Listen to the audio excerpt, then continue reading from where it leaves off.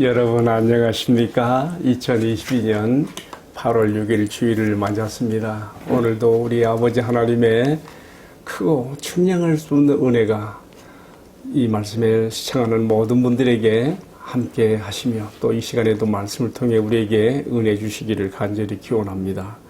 사도행전 19장 1절로 10절의 말씀을 제가 봉독하고 후반부 봉독하겠습니다.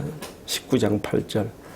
바울이 회당에 들어가 석 달 동안 담대히 하나님 나라에 관하여 강론하며 권면하되 어떤 사람들은 마음이 굳어 순종하지 않고 무리 앞에서 이 도를 비방하거늘 바울이 그들을 떠나 제자들을 따로 세우고 두란노 서원에서 날마다 강론하니라. 2해 동안을 이같이 하니 아시아에 사는 자는 유대인이나 헬라인이나 다 주의 말씀을 듣더라. 아멘. 방금 읽은 이 사도행전 19장에는요, 바울의 3차 세계 전도에 특별히 에베소에서의 그 전도 활동이 소개가 되고 있습니다. 에베소에서 거의 3년 이상을 보내게 돼요. 참 1, 2, 3차 전도여행 가운데 가장 많은, 가장 정말 시간적인 투자와 정성을 들인 곳이 에베소 지역이 아닌가 생각이 듭니다. 오늘 저는 바울을 그림자처럼 따라다니면서 물론 성령님의 인도하심마다 된 것이죠. 이 사도행전의 저자인 누가가 바울을 그림자처럼 따라다니면서 기록한 에베소에서의 개척 전도기에 대해서 함께 말씀을 나누면서 은혜를 받고자 합니다. 이미 2차 전도 여행 기항길에 바울은 그 마음속에 3차 전도 여행은 아시아의 수도라고 할 수 있는 에베소에 가서 하나님 나라의 복음을 전하리라고 하는 다짐을 했던 것 같아요. 그래서 2차 전도 여행을 마치고 기항길에 다른 곳은 들리지 않고 에베소를 들려서 거기서 바로 파송교회가 있는 팔레스틴, 시리아 지역으로 가는 것을 볼 수가 있는데요. 3차 전도 여행을 시작하면서 육로로 갈라디아 지방을 쭉 지나오면서 에베소로 직통해서 왔습니다. 자, 오늘은 본문의 말씀에서 바울은 에베소에서 어떻게 교회를, 주님의 교회를 이루어 갔는가를 시작합니다. 약 12명쯤 되는 사람들이 바울과 함께 같이 은혜를 받으면서 이 개척교회가 시작이 되는 것이죠. 그런데요, 저는 오늘 이 말씀에서 크게 3가지로 제가 말씀을 전하려고 그래요. 첫 번째는요, 바울이 개척 전도를 시작했던 12명과의 그 만남. 두 번째는요, 유대인의 해당에서 석 달 동안 말씀을 강론한 것. 그 다음에 세 번째는 두란노 서원에서 거의 2년 동안 말씀을 전한 것, 그리고 그 결과, 이 3가지 점에 착안해서 말씀을 전하려고 합니다. 첫 번째로 바울이 에베소 교회를 시작하면서 만났던 12명쯤 되는 사람들에 대한 이야기를 해야 되겠어요. 바울이 이들을 만났을 때에 뭐라고 했는가면요, 2절 말씀 보게 되면 너희가 믿을 때 성령을 받았느냐라고 하는 도전으로 시작해요. 너희가 믿을 때 성령을 받았느냐? 성령을 받아야 거듭난 사람이고요. 성령을 받아야 정상적인 그리스도의 삶이 가능하거든요. 바울에게는 이것이 굉장히 중요한 질문이에요. 그런데 이 12명쯤 되는 사람들이 뭐라 했는가 하면요, 이들도 1절 말씀에 보면 에베소에서 어떤 제자들을 만났다 그랬는데 이 사람들이 누구의 제자냐? 우리가 이어질 말씀 보게 되면 바울의 이 질문에 대해서 답변에서 힌트를 얻을 수가 있어요. 뭐라니까? 3절에 그랬어요. 그 대답하되 우리는 요한의 세례를 받았다. 요한의 세례는 뭐예요? 회개의 세례거든요. 요한이 왜 회개의 세례를 선포했습니까? 자기 뒤에 오는 예수님에게 사람들을 연결시키기 위해서, 준비시키기 위해서 이 회개의 세례를 선포했거든요. 근데 이 사람들이 바로 거기까지만이에요. 앞서서 우리가 앞선 장에서 아볼로라고 하는 아주 알렉산드리아 출신 유명한 성경학자도 아주 예수님에 대해서는 깊이 모르고 이 세례 요한의 세례까지만 알았던 사람인데, 그래서 아굴라와 브리스길라가 데려다가 이 아볼로 성경학자에게 더 자세히 도를 풀어 복음을 깊이 설명해서 그들이 그가 이제 앞으로 유능한 성경학자가 되어서 고린도로 건너갔던 얘기도 했습니다만은 지금 에베소 교회를 시작하는 개척 멤버로서 이 12명쯤 되는 사람들도 바로 지금 그런 입장이에요. 세례 요한에 대해서는 잘 알아요. 그러니까 세례 요한의 그 교훈과 가르침이 팔레스틴에서부터 이 머나먼 소아시아의 끝쪽인 에베소까지도 전달됐던 것 같아요. 저는 이 사람들도 유대인이지 않았을까. 물론 본문에서는 유대인인가 이방인인가 구분이 없지만은요. 구약의 마지막 선지자인 세례 요한의 외침과 가르침, 그가 전했던 회개의 세례를 받아들인 것 보면 유대인들일 가능성이 많다 생각이 들어요. 아무튼 너희가 믿을 때 성령을 받았느냐? 금시 초문이거든요. 우리는 요한의 세례밖에는 우리가 모른다. 바로 이 그들이 제대로 답변하지 못한 이 질문을 하나의 실마리로 해서 바울이 복음으로 들어간 거예요. 세례 요한이 누구를 가르쳤느냐? 자기 뒤에 오시는 그분, 나는 그의 신들매를 풀기도 감당치 못할 사람이라고 했던 바로 그분, 세례 요한이 가르쳤던 바로 그분이 예수 그리스도시다 말이야. 그래서 그들이 듣고 드디어 우리가 여기서 한 걸음 더 깊이 들어가야 되는구나. 그래서 5절 말씀 보면 그들이 듣고 주 예수의 이름으로 세례를 받았다 그랬어요. 그래서 바울이 그들에게 안수할 때예요. 성령이 그들에게 임하시고 방언도 애언도 했는데 모두 한 12명쯤 되었다 그랬거든요. 자, 여러분 여기서 우리가 배울 또 중요한 교리적인 교훈이 있습니다. 뭐냐면요. 그들이 믿고 예수 이름으로 세례를 받을 때에 성령이 임하셨다. 자, 바울이 아까 처음에 질문하기를 너희가 믿을 때 성령을 받았느냐 했거든요. 그리고 그들이 답변이 우리는 요한의 세례를 받았다.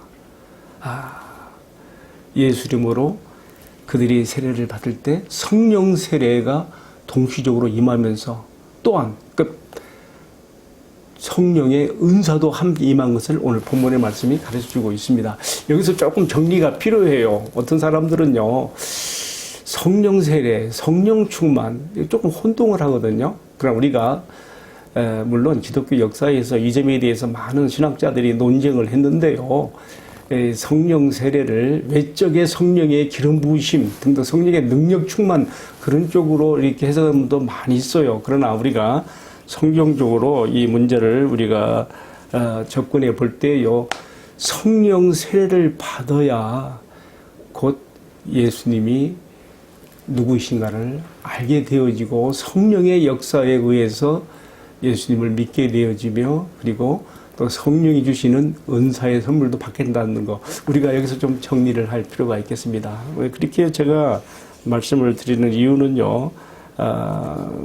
사도 바울이 그렇게 고린도 교회에게 말했습니다. 너희가 고린도 12장에 나옵니까?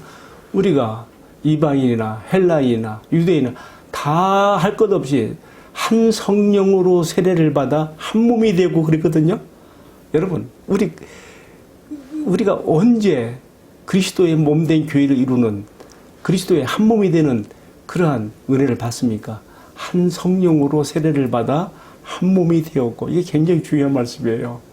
그러니까 한 성령으로 세례를 받아 성령 세례라고 하는 것은 우리로 하여금 그리스도에게 연합시키는 그리스도에게 속하게 만드는 그리고 또 그리스도의 몸된 지체로 나를 연합시키는 바로 이 성령 세례구나. 우리가 그렇게 이해를 성경적으로 우리가 해볼 수가 있는 것이죠.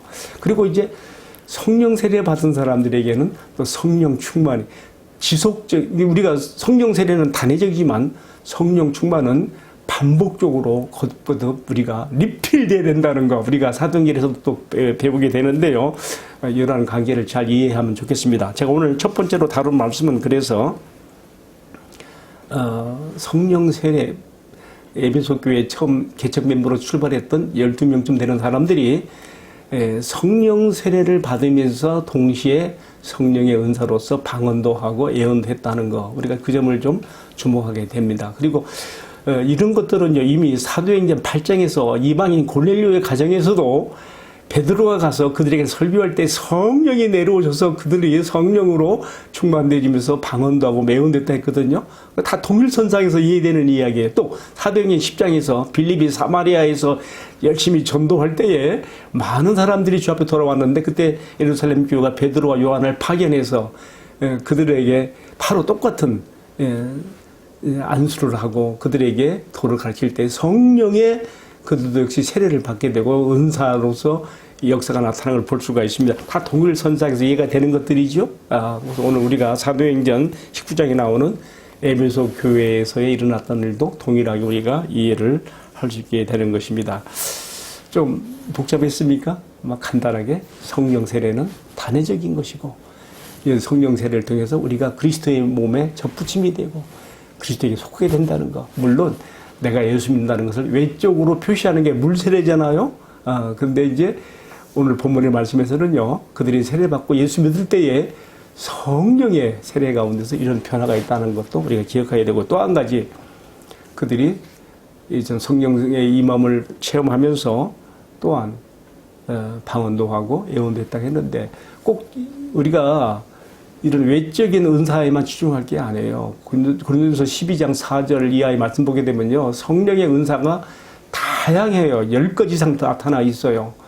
우리가 우리에게는 방언, 또 예언 그런 걸 안 나타난다 하더라도 이미 내가 그리스도의 몸에 접붙임이 속하게 될 때에 이미 성령이 각자에게 주신 은사들이 다 있단 말입니다. 꼭 기억할 수 있기를 바랍니다. 자, 두 번째로 우리가 들어가는 말씀은요, 바울이 이러한 일이 있고 난 이후에 유대인의 회당에 들어가서 석 달 동안 하나님 나라의 복음을 강론하게 되어집니다. 바울은 어떤 도시에 가든지 가장 먼저 이방인에게로 가기보다는 먼저 이스라엘의 잃어버린 양들에게 찾아간다는 뜻으로 회당에 가서 유대인들에게 먼저 복음을 전했지요. 왜 또 그것이 또 필요했는가 보면요, 구약적인 배경에 의해서 하나님 나라를 그래도 이해하고 있는 유대인들에게 복음을 전할 때에 이미 선지자를 통해 예언했던 하나님께서 이 나라의 백성으로 보내실 자기 백성의 왕이신 예수를 전할 때에 그들이 접속되기가 쉽기 때문에 그렇게 유대인들에게 먼저 가서 복음을 전했어요. 그러니까 얼마나 참 유대인들은 그런 면에서 우월한 그러한 특권을 받고 있습니까? 그런데요, 오늘 우리가 읽은 말씀 8절, 9절에 보게 되면요, 바울이 이렇게 그들에게 하나님 나라의 복음을 전할 때에 어떤 사람들은 마음이 완악하고 단단해서 이것을 거절하고 불순종하며 심지어는 비방까지 했다고 나와 있습니다. 그래서 바울은 이렇게 할 때는 어떻게 해야 되는 거예요? 그들과 더불어 계속 그렇게 붙잡고 싸우는 시간 보낼 수 없어요. 예수님 말씀대로는 발에 티끌을 털어버리고 나와야 되는 것이죠. 그래서 따로 나와서 이제 두란노라고 하는 서원에서 달마다 강론하게 되어지는 것입니다. 바로 그 점이 오늘 세 번째로 우리가 다루는 말씀인데요. 우리가 읽은 9절 하반절 말씀 보게 되면요, 바울이 자신을 비방하고 이 복음의 도를 무시하고 받아들이지 않는 유대인들을 떠나서 이 두란노 서원에 가서 이제 저 2년 동안 하나님의 말씀을 강론하게 되어집니다. 참 저는 이 점이 참 놀라워요. 어떻게 그것도 날마다예요. 날마다. 여러분 9절 하반절 보면 두란노 서원에서 날마다 강론하니라. 놀랐습니다. 당시요, 이 두란노 서원이라는 것은요, 어떤 두란노라는 어떤 사람의 이름이에요. 그런데 이제 이 당시에는요, 어떤 그 사람들이 이처럼 고명하고 참 학식 있는 사람들 밑에 가서 마치 오늘날의 수쿠이란 말은 여기서 나왔는데 그렇게 배움을 받고 그랬는데, 이 두란노 씨가 운영하는 이 두란노 서원이 보통 낮 시간은 더우니까 아침부터 오전 한 10시나 11시 전까지, 또 오후에는 한 5시 이후에 이렇게 문을 열고 사람들에게 배움을 나타낸 것 같아요. 그러니까 그들이 사용하지 않는 이 시간을 이용해서, 바로 이 시간은요, 피곤하고 고나기 때문에 낮잠도 즐기고 그렇게 좀 쉬는 시간인데, 바로 이 시간을 이용해서 사도 바울이 하나님 말씀을 날마다 강론한 거예요. 어떤 일이 벌어졌습니까? 여러분 10절 말씀을 같이 한번 읽어봅시다. 이렇게 결과가 나왔어요. 2회 동안 이같이 하니 아시아에 사는 자는 유대인이나 헬라인이나 다 주의 말씀을 듣더라. 놀랐습니다. 저는 이 점에서 정말 사도 바울을 존경하게 돼요. 어떻게 참 이 말씀을 날마다 강론하였을까? 여러분, 하나님의 말씀을 존중히 여기고 이 말씀의 권위를 인정하고 이 말씀을 나타낼 수 있는 능력을 의지하고 전할 때에 하나님은 반드시 거기에 역사해 주십니다. 그래서 어떤 일이 벌어지는가 하면요, 얼마나 많은 사람들이 이 두란노라는 소원을 통해서 이 2년의 여간에 이 바울을 전하는 말씀을 들었는지 아시아에 사는 자는 모두가 들었다 그래요. 여기서 말하는 아시아는 오늘날로 말하면 뭐 이게 동남아시아나 이런 아시아 말하는 게 아니에요. 그 당시 오늘날로 말하면 터키, 투르키예라고 하죠. 터키의 중서부 지향을 아시아라 그랬거든요. 뭐 좀 더 좁혀서 말하면 소아시아. 그 지방에 있는 사람들은 다 주의 말씀을 들었다. 이 말씀이 능력 있게, 파급력 있게 퍼져가는 거예요. 그래가지고 사도 바울이 직접 뭐 골로새나 뭐 히에라볼리, 뭐 두아디리아, 뭐 라우디게아 이런 지역에 가서 복음을 전하지 않았어요. 근데 우리가 아는 대로 요한계시록에 나오는 소아시아의 7교회도 다 이때 세워진 거예요. 바울에게 복음을 듣고 감명을 받고 예수를 영접하고 예수의 일꾼 되고 제자된 사람들이, 여러분 그 중에 한 사람이 누구예요? 빌레몬서에도 나오는 사람이죠. 많은 사람들이 자신들의 고향으로 가서 이 복음을 전하고 그곳에 교회를 세우니까 막 처처의 교회들이 세워진 거예요. 놀라운 주님의 역사가 바울의 말씀 사역을 통해서 나타났습니다. 비록 두란노 서원에 그 참 본당에서 자기들이 사용하지 않는 오후 11시 이후 또 오후 한 5시 사이에 남들은 낮잠 자고 쉬는 그 시간을 이용해서 전한 말씀이지만은, 이 악조건 속에서 전한 말씀이지만 성령이 역사하셔서 이 말씀을 듣는 사람들의 마음속에 불같은 열심을 일으키고, 이런 사람들이 막 점점 많아져가지고 아시아에 사는 자는 거의가 다 이방인이나 헬라인이나 유대인이나 다 복음을 들었다고 했으니까 놀랍지 않습니까? 여러분, 여기서 우리가 배울 게 있습니다. 때로는 말씀만 붙잡고 사역하는 게 좀 너무 답답하고 어렵게 볼 때가 있죠. 그러나 그렇지 않습니다. 성령께서는 말씀과 더불어 역사하십니다. 그래서 오늘 본문에 나와 있지 않습니다만은 19장 이 바로 이어지는 11절 말씀 보게 되면 하나님께서 바울이 전하는 말씀이 축복의 하나님께로부터 말씀인 것을, 구원의 도리인 것을 증명하는 표시로 이 하나님 말씀이 증거되는 그 기간에 특별한 그 능력이 막 말씀의 능력이 나타나가지고 한글 개혁에서는 희한한 하나님의 역사가 나타나, 오늘 이 개혁 개정에서는 놀라운 역사들이 나타났다 그랬는데 그 중에 한 가지가 바울은 복음을 전하면서 또 이 장막 만드는 일을 했지 않습니까? 바울의 손수호에는 앞치마를 갖다가 병든 사람에게 던지면 병든 사람이 막 나아지고 악기들도 막 다 막 추방당하고 놀라운 역사가 일어나는 거예요. 그 내일 말씀이니까 오늘 제가 다 소개하지 않습니다만은 이처럼 힘들고 어려워도 말씀 붙잡고 말씀 권위를 인정하고 말씀 사역에 집중하면 말씀과 더불어 역사하시는 성령님의 놀라운 역사가 나타난다는 거예요. 저도요, 한 2년 전부터 수요일 날이면 대전에 오르다에서 제가 말씀 사역을 하고 있는데 처음에 그죠, 목사님 산모님 빼놓고 한 명이나 앉아 있어요. 제가 1년 반 동안 그걸 다녔습니다. 때로는 인간적인 생각으로 내가 이게 꼭 그렇게 해야 되나 회의적인 생각이 들 때도 있었어요. 그러나 정말 이 말씀 사역의 중요성, 그리고 한 영혼이 천하보다 귀하다신 주님의 말씀 붙잡고 꾸준히 오르내다 보니까요, 오늘날부터인가 점점점 어떤 목사님, 전도사님들이 막 이 말씀 보겠다고 막 오는 거예요. 그 지금은 그래도 그냥 그득하게 이렇게 모여가지고 아주 그냥 정말 너무 놀라운 말씀의 그 사역의 장을 이뤘어요. 그래서 우리가 이 모임의 이름을 뭐로 할까 해갖고 헵시박 불떡이라고 하는 말도 정했는데요. 어쨌든 같이 말씀 나누고요, 같이 뜨겁게 기도하고 같이 식사기도 나누고 나도 모르는 가운데 이렇게 아름다운 말씀 공동체가 이루어졌어요. 여러분, 이게 다 뭡니까? 말씀 붙잡고 나가면 성령께서 역사해 주시는 거예요. 이러한 은혜가 정말 이 말씀을 청하는 우리 모든 분들에게도 성령님의 위로와 역사가 말씀을 사모하고 그것을 힘있게 붙잡고 나가는 자들에게 임하기를 축복합니다. 제가 오늘 좀 길게 말씀을 드렸는데요. 오늘 말씀을 마무리하면서 한 가지 또 주의사항이 있어요. 뭐냐면요. 우리는 사도행전에 나와 있는 이 바울의 선교 사역에서 배울 것이 많은데 그 중에 하나가 뭐냐면요.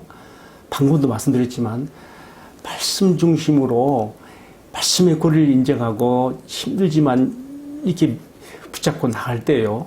성령이 역사해 주신다는 거. 말씀과 더불어 역사하시는 성령님을 우리가 의지해야 돼요. 근데 요즘에 보면요. 이 말씀보다는요. 말씀과 더불어 역사하시는 성령님을 제쳐놓고 성령 사역이라고 하는 말을 타이틀을 걸어놓고 성령 집회한다고 하면서 그렇게 하는 분들도 많아요.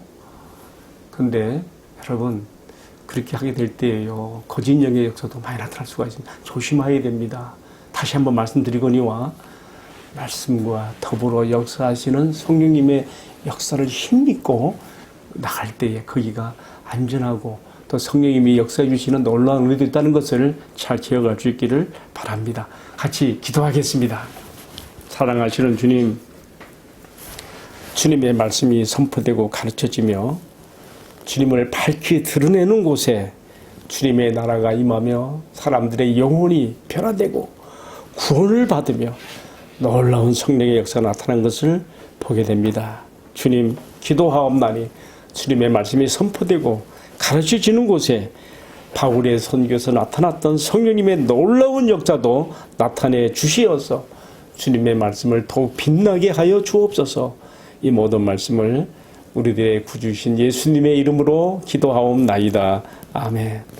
예, 마쳤습니다. 감사합니다.